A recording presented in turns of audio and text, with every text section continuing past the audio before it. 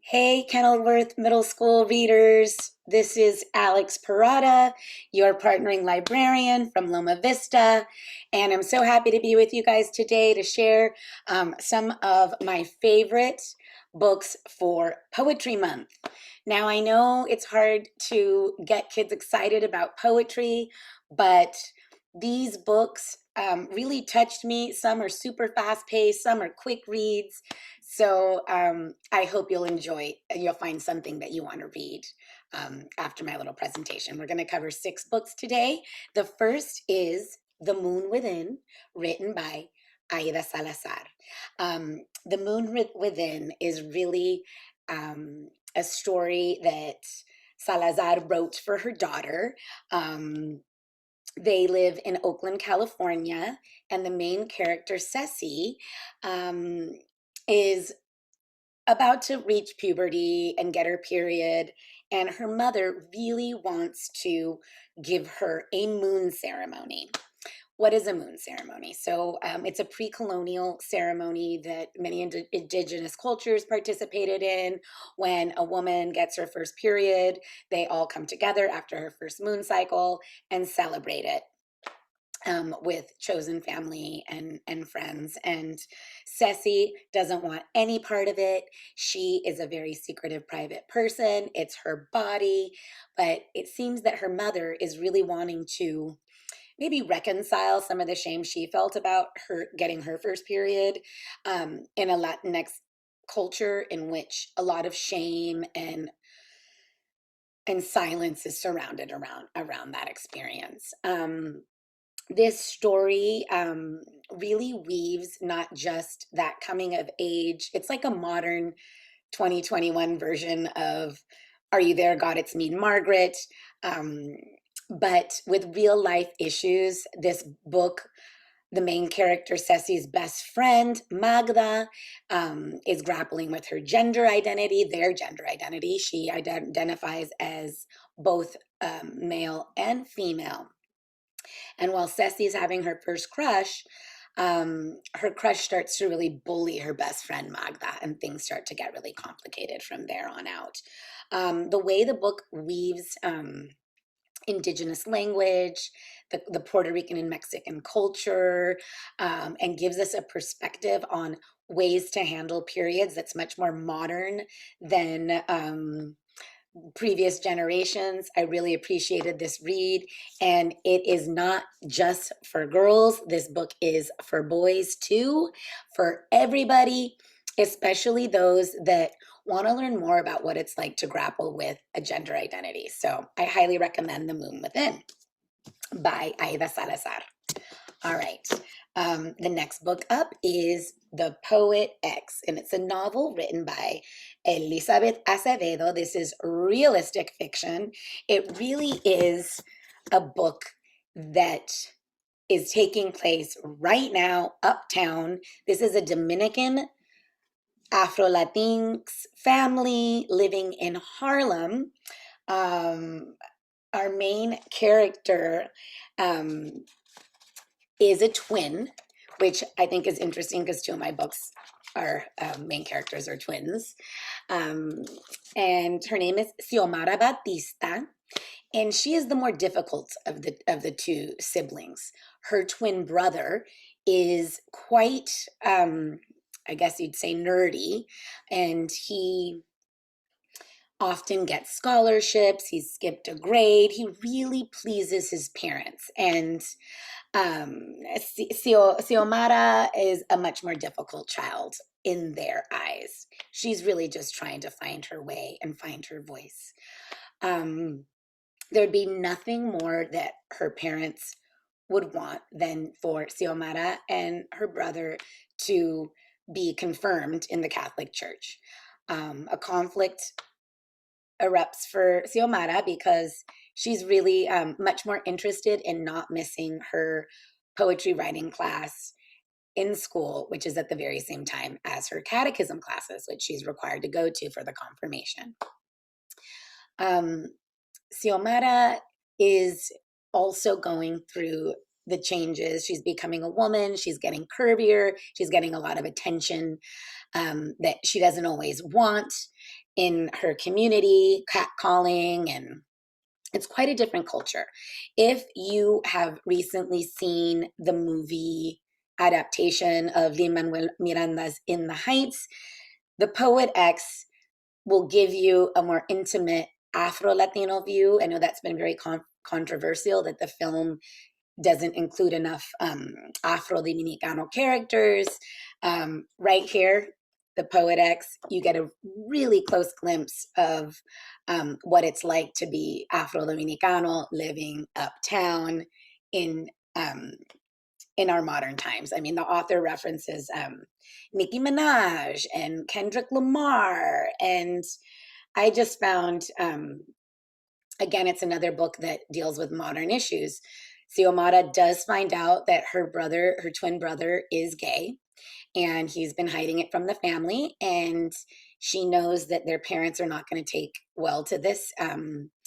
They're a very traditional religious family, and so she's working through how to support her brother and how to find her own voice, and she does that through her poetry. So you really should hear this book. You should get the audiobook, because again, it's read by the author, who is a poetry performing artist. So she's really able to deliver her words in exactly the way that she wants them to be heard. So The Poet X by Elizabeth Acevedo, fabulous read, quick read, and a real great window book if you're interested in learning about Harlem and uptown. Okay, the third book, this is a little bit more, this one's a tough read. Punching the Air is written by Zoboi and Yusef Salaam. Dr. Yusef Salaam is one of the Central Park Five. You may be familiar with the miniseries that was filmed by Ava DuVernay. It's called When They See Us. It's available on Netflix, and it's about five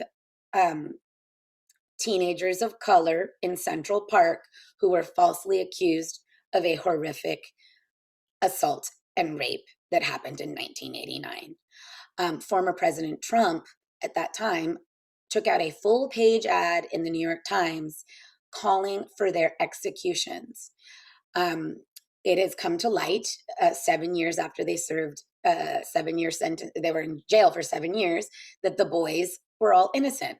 And that became proven through DNA evidence. As that technology developed, many people were deemed innocent that had been wrongly incarcerated. So Punching the Air, Ibi Zoboi and Yusef Salaam wrote a modern day 2020 version of sort of what happened to Yusef when he was a kid, except in this case, our main character is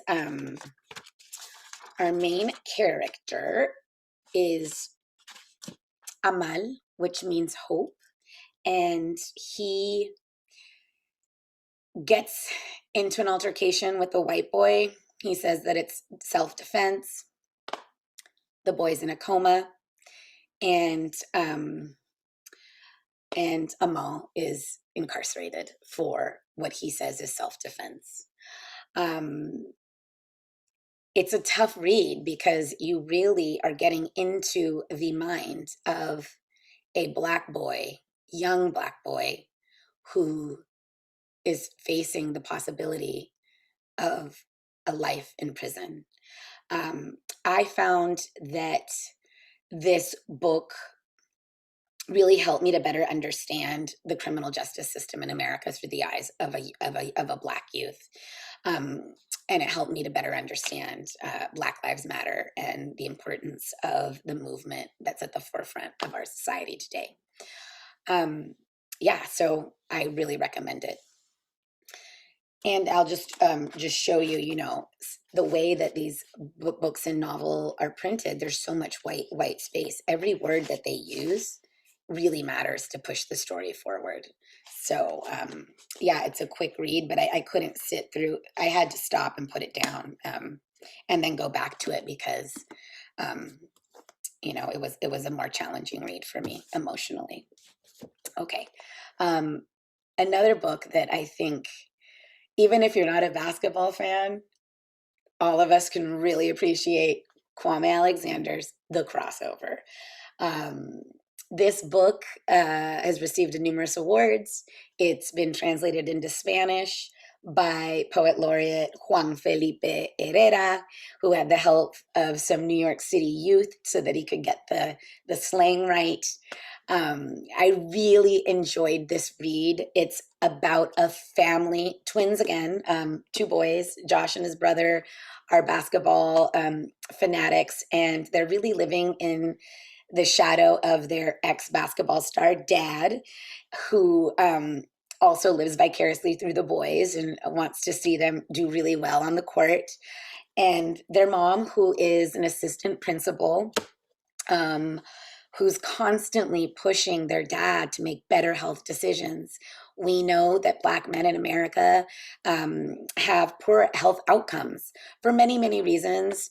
That's part of our medical system and not treating African Americans and Black people with the same quality of care, also incorporating healthy habits and not diet is very important. So the mother in the story is constantly pushing the dad to make better decisions. And you can see in the story that things are not going well for the dad health wise. The relationship between the twins, it's strained. Josh's brother gets a girlfriend, and so we all know the pain of losing a best friend or losing that closeness with someone when they start to date somebody and they're always preoccupied, and a bet goes bad with them, and Josh's brother cuts off some of his dreads, and they're really struggling in their relationship. And at the same time, the dad's struggling with his health. Um, it's a quick read. It moves really fast.